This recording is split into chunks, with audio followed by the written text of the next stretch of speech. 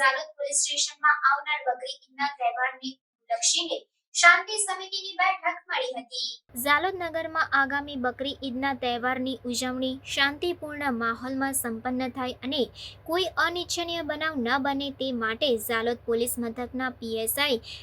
એમ માળીના અધ્યક્ષ સ્થાને શાંતિ સમિતિની બેઠક યોજાઈ હતી, જેમાં આગામી તારીખ 17 જૂન 2024ને સોમવારના રોજ બકરી ઈદના તહેવારની ઉજવણી મુસ્લિમ બિરાદરો શાંતિપૂર્ણ માહોલમાં સંપન્ન કરે તે માટે શાંતિ સમિતિની બેઠક યોજાઈ હતી। બકરી ઈદના તહેવારને લઈને નગરમાં શાંતિ તેમજ સામાજિક સમરસતા જળવાઈ રહે, કોઈ અનિચ્છનીય બનાવ ન બને તેની તકેદારી રાખવી તેમજ કોઈ પણ ગેરસમજ ફેલાવે તેવી અફવાઓ પર ધ્યાન ન આપવું તેમજ કોઈ પણ કાયદાકીય ગૂંચ કે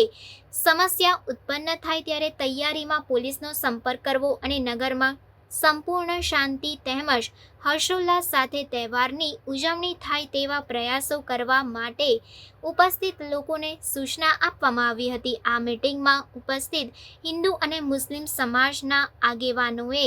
ઈદની ઉજવણી શાંતિપૂર્ણ માહોલમાં સંપન્ન કરવા માટે તંત્રને બાહેધરી આપી હતી।